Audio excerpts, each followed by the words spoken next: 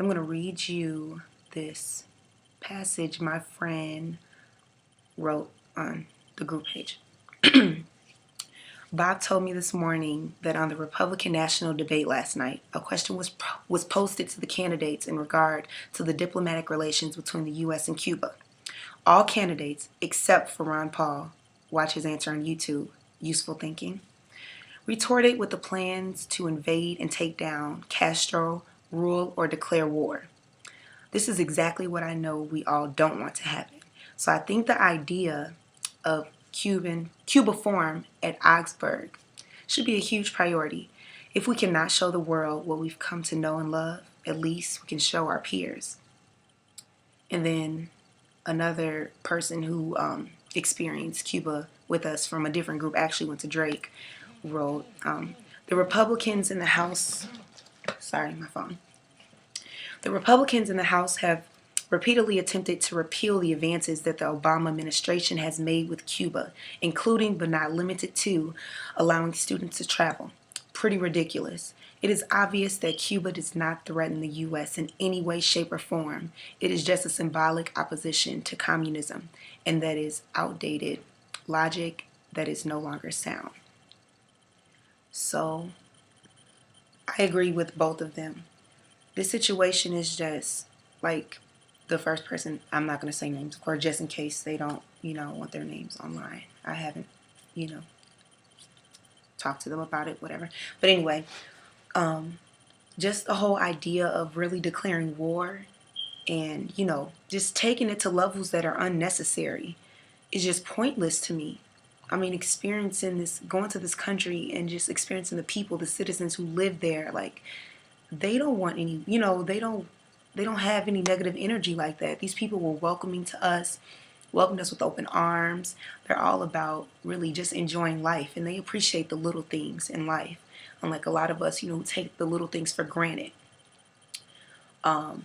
This is just ridiculous. Even the American representative that we spoke to at the American intersection at the Swiss Embassy in Cuba, he was very rude and said unnecessary, rude comments regarding Cuba and the people who live there.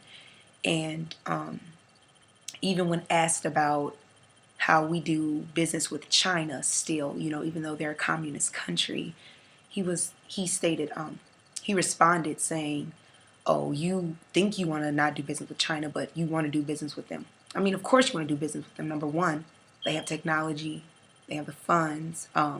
Well, the fact that we're hundreds and billions of dollars indebted to them, we kind of have no choice.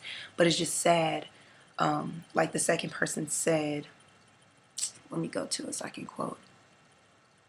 It is obvious that Cuba does not threaten the U.S. in any way, shape, or form. It is just a symbolic opposition to communism.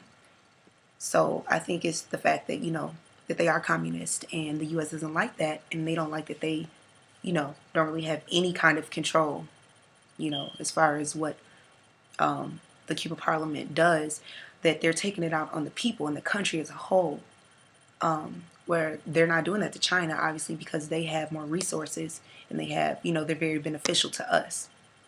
So I think that's pretty sad and that's unfortunate. The speaker talked about how, they don't want to partner up with Cuba because of how they treat their people with communism and all this and that. But, let's be real. First of all, is everyone in America, living in a home? Is everyone in America, eating every night? Does everyone have health care? No. So I don't appreciate how even he, was trying to make it seem as if Cuba was just that, was such a horrible place. But what is America? Like, is it that much better? In my opinion, not really. I mean, we have more freedom and this and that, but there's some similarities. I think in all countries, but there's similarities in how people are being treated here and there as well. So yeah, that was basically what I wanted to comment on and just kind of speak my mind on that. I feel like, again, all these people wanted to, people in the U.S. government want to take it to a level that's unnecessary. What does this mean for the citizens in Cuba? For some people who can barely afford to, feed their families on a daily basis, now they have to deal with warfare. Like, I feel like we just really need to stop it. And another thing the American representative said at the Swiss embassy in Cuba was that for American businesses who do business with Cuba, like Fanta, Sprite, Coca-Cola, other places, whatever, for them to do work with Cuba or to do, importing, exporting, or importing, they have to wait 6 months before they can do business with with the U.S. again.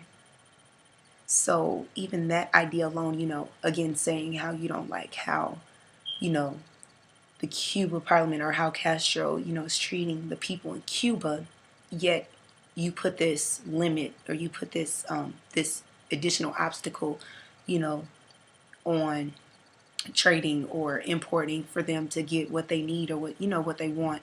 And again, with that, the businesses, they're charging Cuba 2-3 times as much as they would any other country. Just the simple fact that they're going to be losing out on money during that 6 months, the 6 months, that they can't do business with America. So what are our real motives, in the laws that are the different, things set in place against Cuba and the embargo? Like, what are the real motives, and how is it beneficial to anyone? I personally feel like the embargo should be lifted, or even just the chance for people besides a few students to be able to travel back and forth from America to Cuba. We can learn a lot from each other's culture, and I feel like that in itself is something that will not only benefit us artistically or musically. I went to study the history of Caribbean music, but even the culture and just, diversifying ourselves and understanding, what other people go through. And I feel like this embargo is definitely a barrier or something that is just blocking future success in, diversification and understanding other people, and even the music influence there, which is just amazing. And, we're missing out, and they're missing out. So I think there's just, a lot of questions unanswered. He definitely went around a lot of questions that people asked him, including questions that I asked him myself. So yeah, I wasn't too fond of that guy. He was definitely a jerk. He said unnecessarily, rude things, and really didn't get to answering questions that were important that people were asking him. So again, how can we learn if we're not getting straight answers? If we're not getting, the truth or sincerity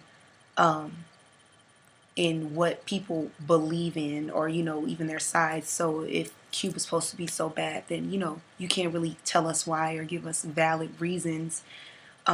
It's just a bunch of undercover stuff, I think. Like, it's a lot of things, of course, that we don't know about.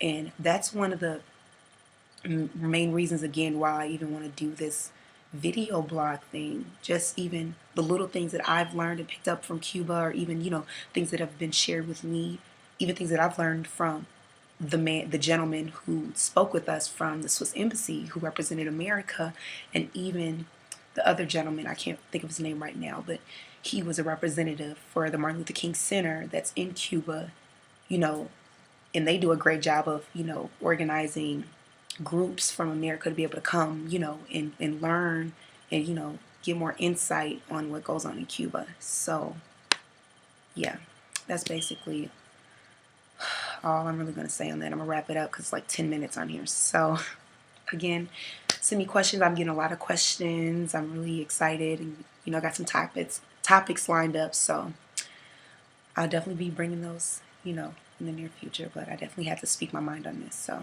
again, comment. Let me know what you think. Follow me on Twitter at your girl Coco, YAGIRLCOCOA.